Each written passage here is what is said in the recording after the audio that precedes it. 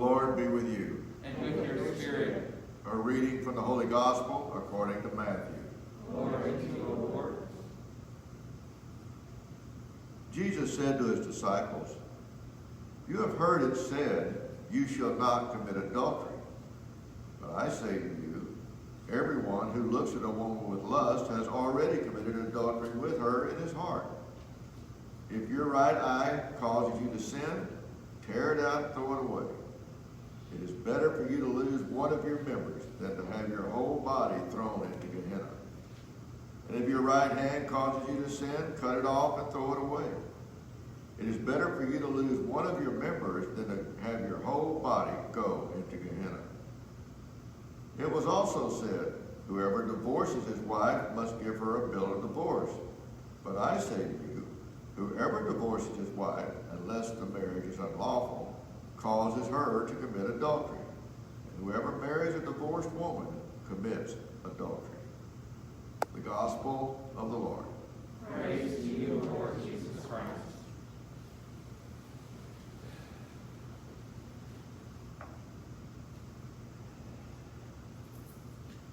I was watching a movie last night, and as the movie began, the evil queen was over the village, and everybody was sad, and nobody danced, and nobody partied.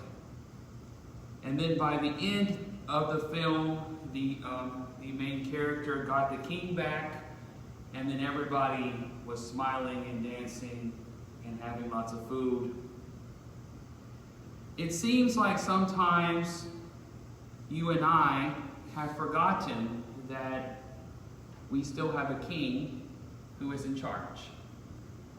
Because I'm almost positive that all of those people in the village still had problems and issues and concerns and sickness and problems. But they knew that everything was going to be okay because the king was back. Well, the king never left. Jesus Christ never left.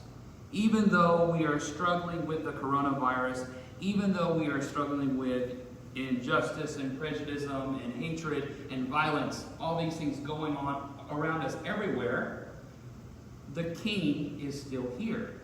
The king is still in charge, and he's still over us. And so we need to continue to dance. We need to continue to celebrate.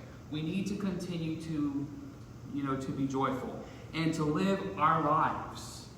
It doesn't really matter if we are struggling with a pandemic or with whatever else is going on. We need to continue to live and to live wholeheartedly. And so, my dear friends, we need to watch our thoughts.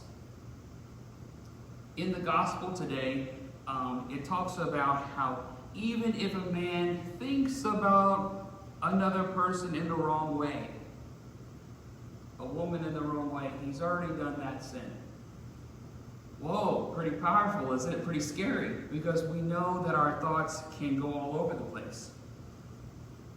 So what are we doing when we think thoughts of hatred, when we think thoughts of hopelessness, when we have thoughts of despair?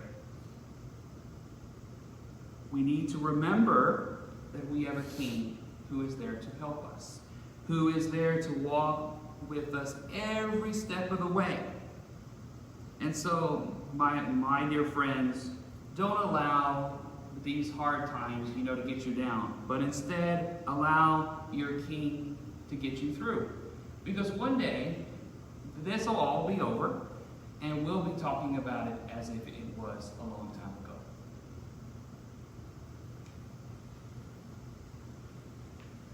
And so, my dear friends, we turn to our God and King who continues to take care of us each and every day.